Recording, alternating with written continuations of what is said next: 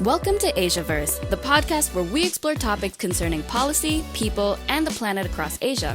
I'm your host, Deepa Shree, and this is episode 2 on the Indo-Pacific Economic Framework for Prosperity led by the United States and its impact and implications for ASEAN. We have with us Dr. Pushpanathan Sundram, affectionately known as Nathan, the CEO of Public Policy Asia Advisors, a business advisory firm with offices in Singapore, Indonesia, and Vietnam, and consultants across Asia. He is an expert on regional economics, politics, and policies, and has worked in and with regional institutions, think tanks, academia, and industry for several decades. He was the former Deputy Secretary General of ASEAN for the ASEAN Economic Community, or AEC, where he was instrumental in developing the AEC and ASEAN connectivity and overseeing ASEAN free trade agreements and regional agreements such as ASEAN Plus 3, East Asia Summit, and the Indo-Pacific. Today, we'll dive into the Indo-Pacific Economic Framework, or IPEF, to answer the pressing question, IPEF, what it means for Asia and businesses. We'll explore its purpose, members, potential benefits, challenges, and more. Welcome, Nathan, to this podcast. Thank you, Deepa, for inviting me to this AsiaVerse podcast. So, what is the Indo-Pacific Economic Framework, or IPEF, and what's its purpose?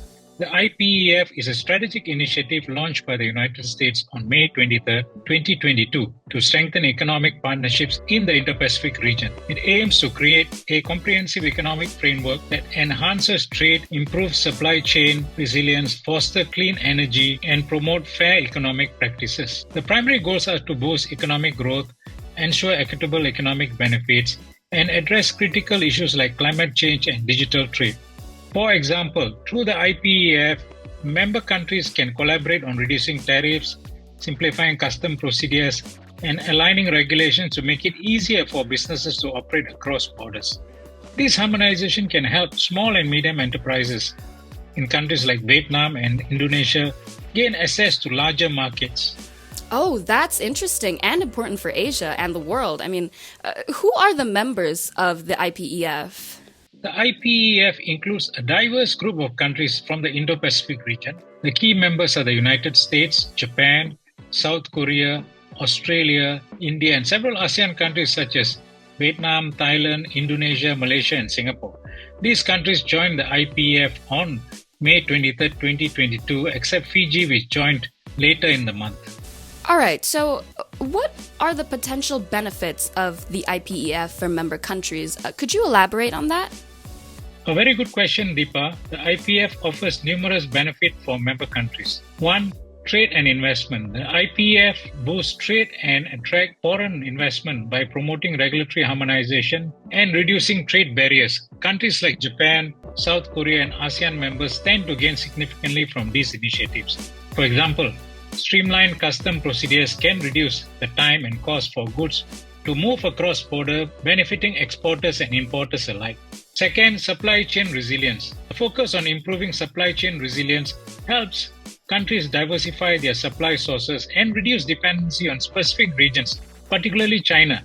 This is crucial for sectors like manufacturing and technology. During the COVID-19 pandemic, many countries realized the risk of over-reliance on a single source for critical goods. The IPEF aims to mitigate such risks by fostering diverse and resilient supply chains. Third, digital economy.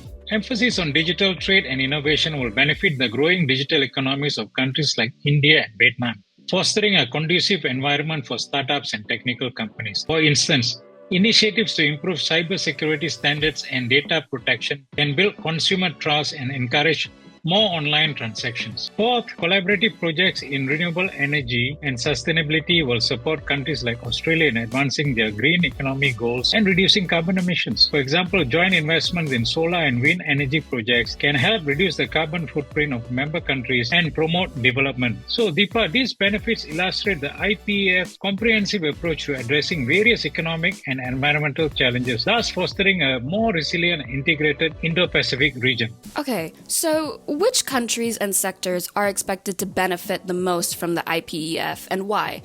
Please also address if all members will benefit.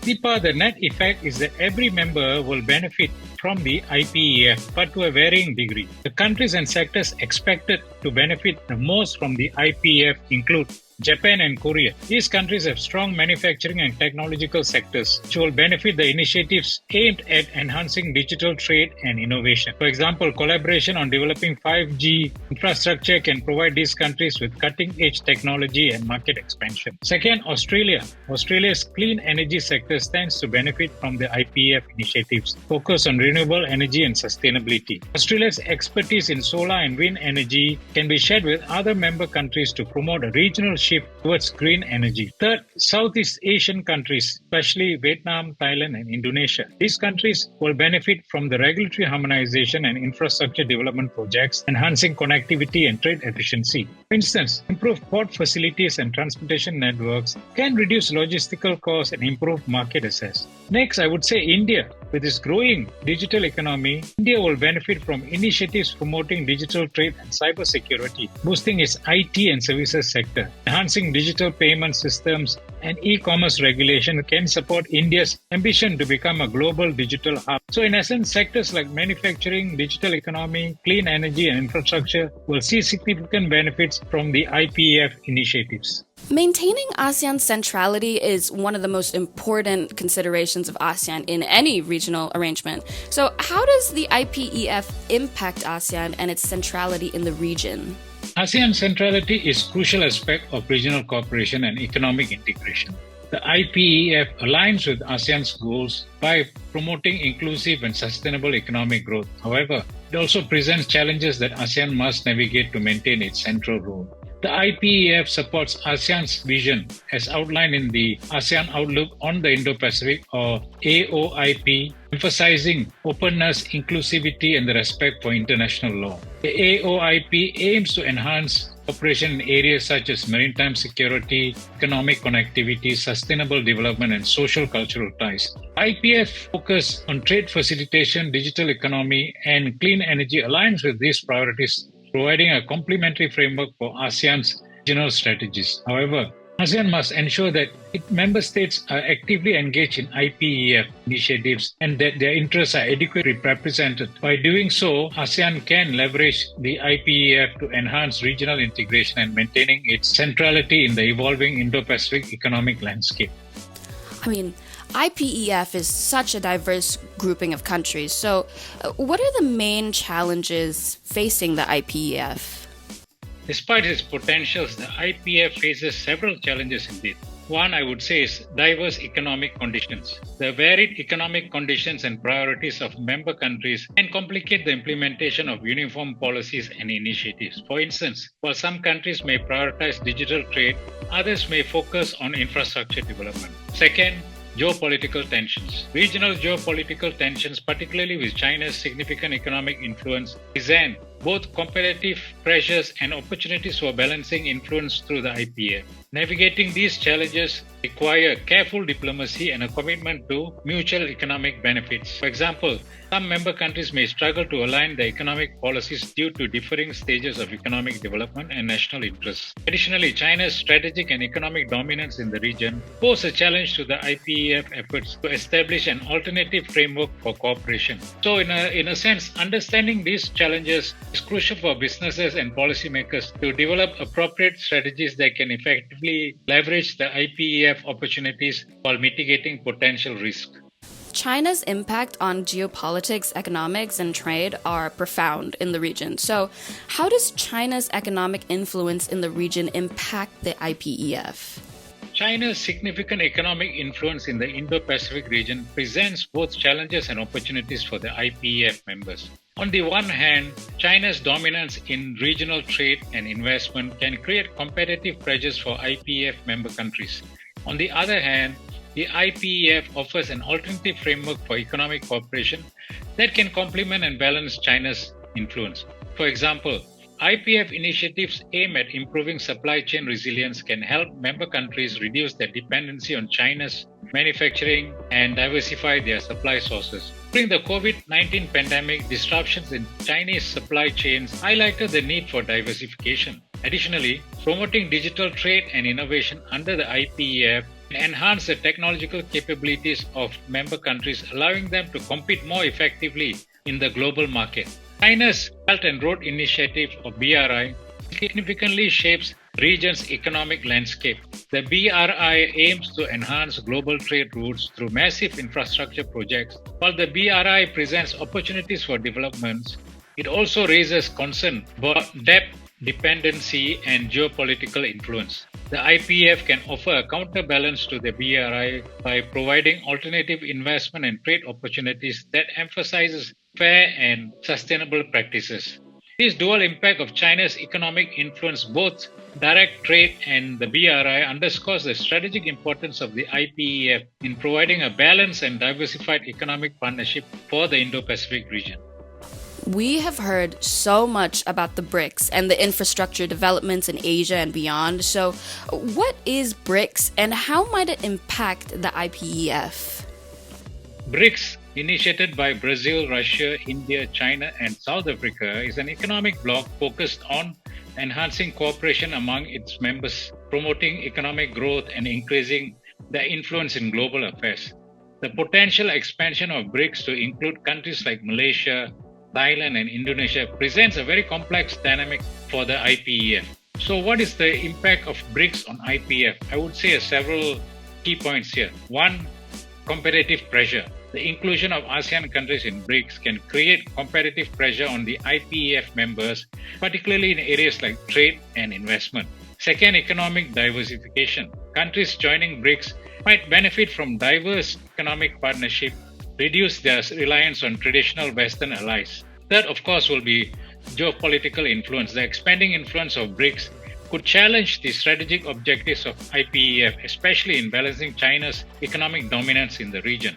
For instance, Malaysia has expressed interest in joining BRICS, and this move could affect its engagement with IPEF initiatives. Similarly, Thailand and Indonesia are also considering the benefits of BRICS membership, which could lead to a shift in their economic strategies and alliances.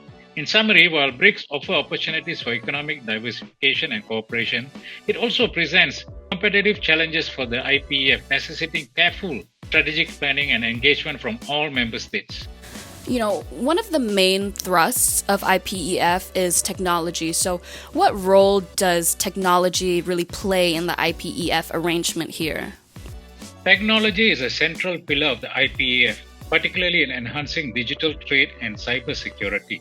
By promoting digital innovation and establishing robust cybersecurity measures, the IPEF aims to create a secure and efficient digital ecosystem for member countries. This focus on technology helps to boost the digital economies of countries like India and Vietnam, fostering a conducive environment for startups and tech companies. Businesses are watching the developments regarding IPEF with excitement whilst questioning its value. So, how can businesses prepare for the changes brought by the IPEF? A very important question, Deepa. Businesses can prepare for the changes brought by the IPEF by staying informed about new regulations and initiatives, investing in digital transformation, and diversifying their supply chains. By aligning their strategies with the IPEF goals, businesses can capitalize on new opportunities in trade, investment, and technology. Engaging with policymakers and participating in IPEF-related discussions can also help businesses stay ahead of the curve. Climate change, the environment, and sustainable development are key concerns of countries around the world as well as businesses. So, what are the environmental implications of the IPEF? The IPEF places a strong emphasis on sustainability and clean energy, promoting collaborative projects in renewable energy and green technology. These initiatives aim to reduce carbon emissions and foster sustainable development in the region. For countries like Australia, which are leaders in solar and wind energy, the IPEF provides opportunities to advance their green economy goals and contribute to global environmental efforts. Thank you for joining us on this episode 2 of AsiaVerse. We hope you gained valuable insights into the Indo-Pacific Economic Framework and its implications for Asia and businesses.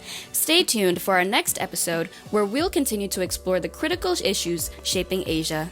Don't forget to subscribe to AsiaVerse on your favorite podcast platform and follow us on social media for updates. Until next time, this is Deepa Shree signing off. Stay informed, stay engaged.